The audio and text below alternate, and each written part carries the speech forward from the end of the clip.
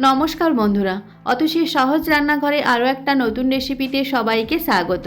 আজকের আমি তোমাদের সাথে শেয়ার করব টুটি ফুটি রেসিপি। এই টুটি ফুটি বাজার থেকে কিনতে গেলে অনেক খরচ পড়ে যায়, তাই খুব কম খরচে বাড়িতে খুব সহজভাবেই তোমরা বানিয়ে নিতে পারবে।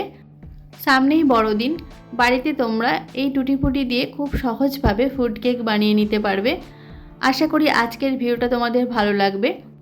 টুটি ফুটি বানানোর জন্য প্রথমে আমি একটা কাঁচা পেঁপে খোসা ছাড়িয়ে এরকম ছোটো ছোটো টুকরো করে কেটে নিয়েছি। খুব ভালো করে ধুয়ে পরিষ্কার করে নিয়েছি। তোমরা এখানে কাঁচা পেঁপের পরিবর্তে চাল কুমড়োও নিতে পারো। আর নিয়েছি কিছুটা পরিমাণ পালং শাক আর একটা বিট। এগুলো আমি মিক্সিতে পেস্ট করে আমি রস বের করে নেব টুটি ফুটির কালার করার জন্য। এখন গ্যাসে একটা কড়াই বসিয়ে দিয়েছি আর দিয়ে দেব জল।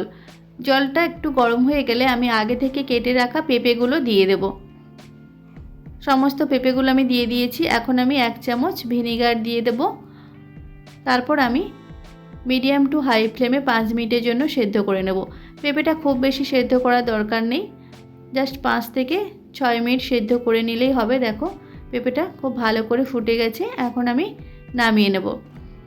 তারপর আমি গ্যাসে আরও একটা কড়াই বসিয়ে দিয়েছি আর দিয়ে দেব 1 বাটি চিনি। আর ওই বাটি মেপেই আমি 1 বাটি জল দিয়ে দেব। তারপর আমি মিডিয়াম ফ্লেমে চিনিটা খুব ভালো করে মেল্ট করে নেব। মিডিয়াম ফ্লেমে রেখে চিনিটা খুব ভালো করে মেল্ট করে নিতে হবে।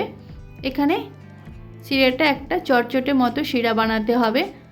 একতার বা দুতার সেরকম কোনো ব্যাপার নেই, জাস্ট একটু আঠালো হলেই হবে। তারপর আমি দিয়ে দেব আগে থেকে সেদ্ধ করে রাখা পেঁপেগুলো দিয়ে খুব ভালো করে রসের সাথে মিশিয়ে নিতে হবে। তারপর 10 মিনিটের জন্য ফুটিয়ে নিতে হবে।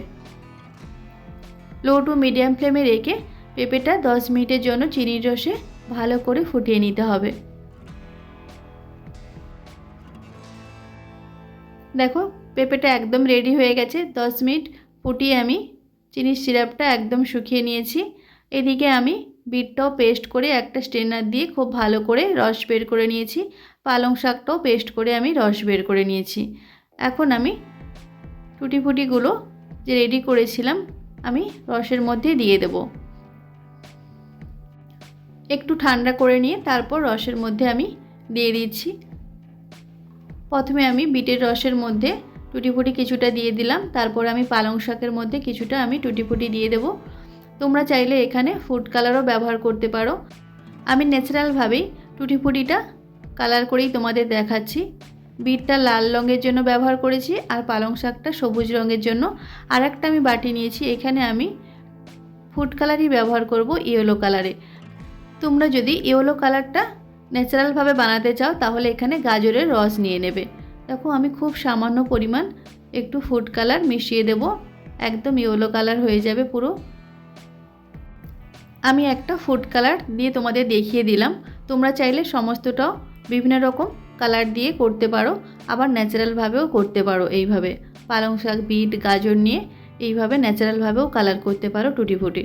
সমস্তগুলো একটা চামচ দিয়ে খুব ভালোভাবে মিশিয়ে দিতে হবে। তারপর আমি সারা রাত রেখে দেবো। একদিন পর আমি তোমাদের দেখাচ্ছি। দেখো কালারগুলো কতটা সুন্দর হয়েছে। আর একটা বাটিতে আমি এমনি নর্মাল রেখেছি, কোনো কালার ব্যবহার করিনি, পুরো সাদাই আছে। তো সমস্ত কালারগুলো কতটা সুন্দর হয়েছে তোমরা দেখেই বুঝতে পারছো। পালং শাকের রসে যে টুটি ফুটিগুলো আমি দিয়েছিলাম সেটা দেখো কতটা সবুজ হয়েছে। বিটের রঙটাও একেবারে লাল হয়েছে। দেখেই তোমরা বুঝতে পারছো যে কালারগুলো কতটা সুন্দর হয়েছে।